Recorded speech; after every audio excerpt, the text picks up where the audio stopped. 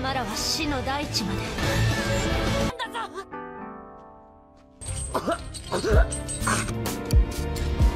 踏み伏せられている弱い刹那が一体何になるという。 Hai guys, kembali lagi bersama gue. Kali ini akan review anime yang berjudul Redo of Healer. Cerita pun berawal dari seorang lelaki yang bernama Keiaru. Dia pun bermimpi buruk dan terbangun di pagi yang esok. Lalu tiba-tiba datang ajudannya dan mengelap kesangnya yang berserakan karena gerah. Setelah itu dia pun berpamitan dengan Ana dan pergi ke kebun apel untuk memetik buah sebagai petani. Tapi tiba-tiba dia pun terjerumus ke dalam hutan alias ruyuk, sampai dia pun berjalan asruk-asrukan dan menemui sebuah walungan sampai malam yang poek. Di malam yang poek itu, di sebuah walungan, tiba-tiba ada seorang Dewi Bondon menghampirinya dan dia pun memberikan jigong segar kepadanya. Dia pun lalu teringat masa lalunya saat sedang bertempur melawan monster-monster kopet beserta 3 orang yang lainnya. Saat beradu mekanik, seseorang di sana merasakan energinya yang sudah habis. Akan tetapi Keiaru, dia memiliki kemampuan sebagai seorang healer yang memberikan kesembuhan dan tenaga dalam. Setelah melakukan heal, dia pun merasa liar setengah edan. Maka dari itu, dia pun lari upgrade sedan-edannya dan tidak mau melakukan healing lagi. Maka dari itu, dia pun berencana akan mengalahkan Raja Iblis yang sedang beradu mekanik sebelumnya. Dia pun kemudian mendapatkan sebuah batu sihir dan dijelaskan oleh seorang gadis di sana karena batu itu sangat berbahaya. Kemudian dia pun diulangi kembali di kehidupannya yang baru. Dia pun terbangun di malam hari dan mendapatkan sebuah sihir di tangannya. Sebagai seorang pahlawan, dia pun sehari-hari memanggil dan mendapatkan makanan yang membuatnya candu. Tujuannya adalah mendapatkan energi healing. Sampai akhirnya di suatu hari dia pun dipilih oleh ratu pemilik kerajaan tersebut. Dia pun disambut oleh warga di sana. Tapi sehari-hari Keiaru hanyalah seseorang yang disuruh untuk menjadi healer dan membuatnya ripuh setengah edan. Dia pun mencoba menyembuhkan kesatria sampai dia pun tigoleprak dan jatuh kelelahan. Singkat waktu, pagi pun esok, dia pun dibangunkan oleh seorang putri bernama Flare.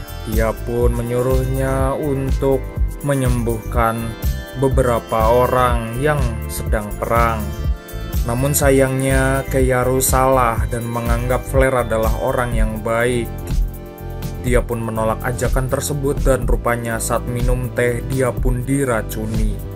Singkat waktu, Keiaru pun masuk ke sebuah penjara. Dia pun disiksa sampai riweuh setengah edan.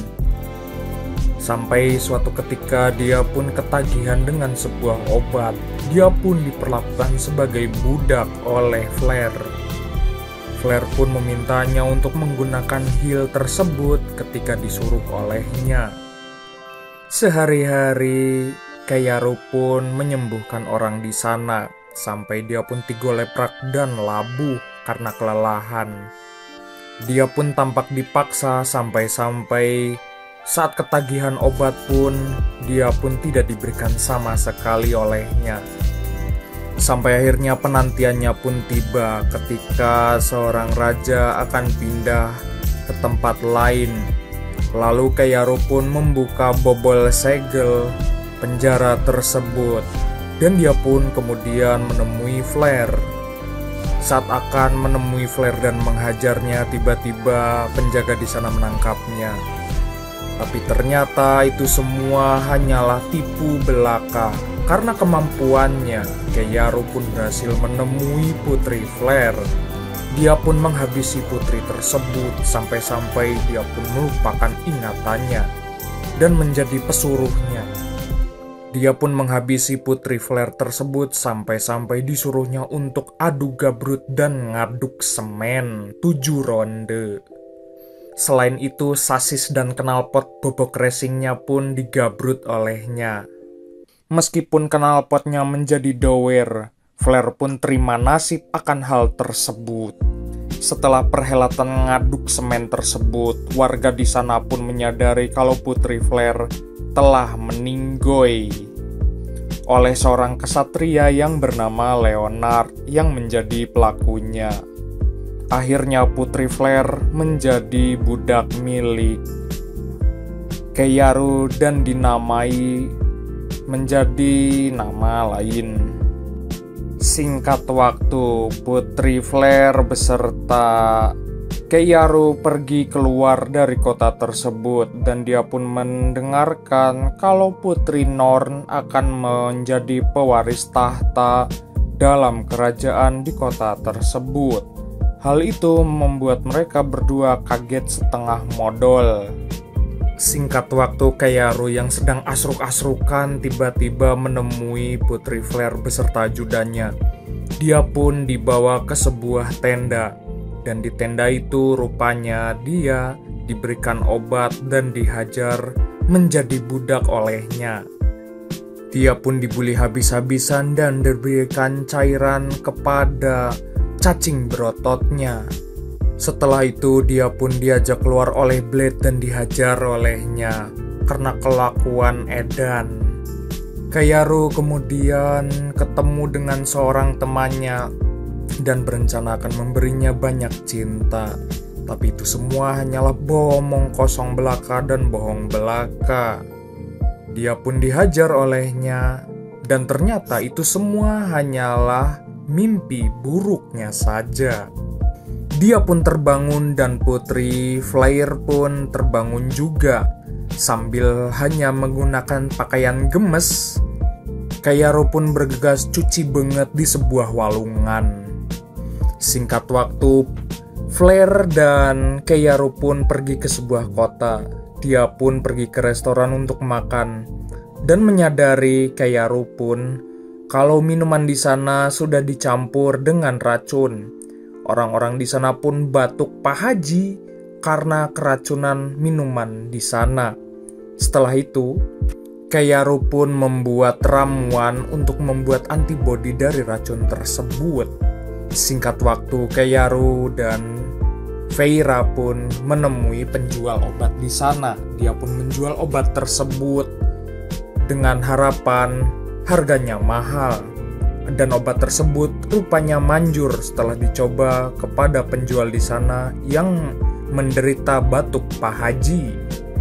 Akhirnya disepakati harganya adalah 1 keping emas untuk 1 dosis. Dan dia pun mengancam akan cabut kalau tidak bisa bekerja sama dengannya. Singkat waktu, mereka berdua pun pergi ke sebuah tempat. Rupanya mereka akan membeli sebuah budak di sana. Sampai akhirnya Keiyaru pun mendapatkan sebuah budak di sana dan dibeli olehnya yang memiliki hasrat dendam yang terdalam. Setelah mendapatkan budak tersebut, Keiyaru pun lalu menyembuhkan dirinya dan teringat di masa lalu kalau gadis tersebut memiliki trauma yang mendalam.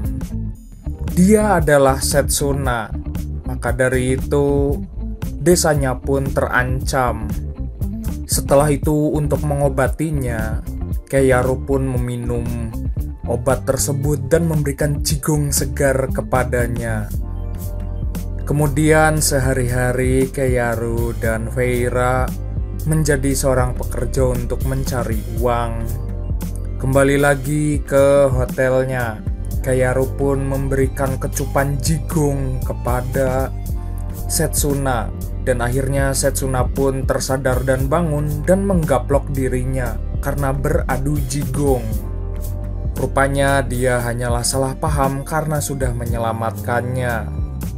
Lalu Setsuna berencana akan menghabisi Keiyaru, tapi sayangnya dia pun berhasil dihalangi oleh Keiyaru dan menjelaskan kalau kekuatan Keiyaru lebih besar darinya. Karena kemampuan yang dimiliki Setsuna sangat terbatas, Keiyaru pun akan memberikan kemampuannya untuk menambah kekuatannya. Yang ternyata syaratnya hanyalah untuk ngaduk semen dan adu gabrut di ranjang 7 ronde. Lalu permintaan tersebut disepakati olehnya. Mereka berdua pun langsung saja ngaduk semen dan adu gabrut di ranjang tersebut. Sampai akhirnya Setsuna pun ketagihan dan ingin menambah damage-nya lagi. Sampai akhirnya suatu ketika Setsuna diajak untuk kembali lagi ke desanya. Terlihat di desa sana ada sedang peperangan dan adu mekanik. Jelas saja membuat panas dada dan nyesek dada Setsuna yang melihatnya di atas bukit. Sampai suatu momentum yang tepat, Setsuna pun datang beserta dengan Keiyaru menghabisi prajurit bayaran di sana. Mereka pun berhasil mengalahkan prajurit di sana. Setelah itu Setsuna meminta kepada Keiyaru untuk memberikan air minum bersih dan makanan kepada desanya.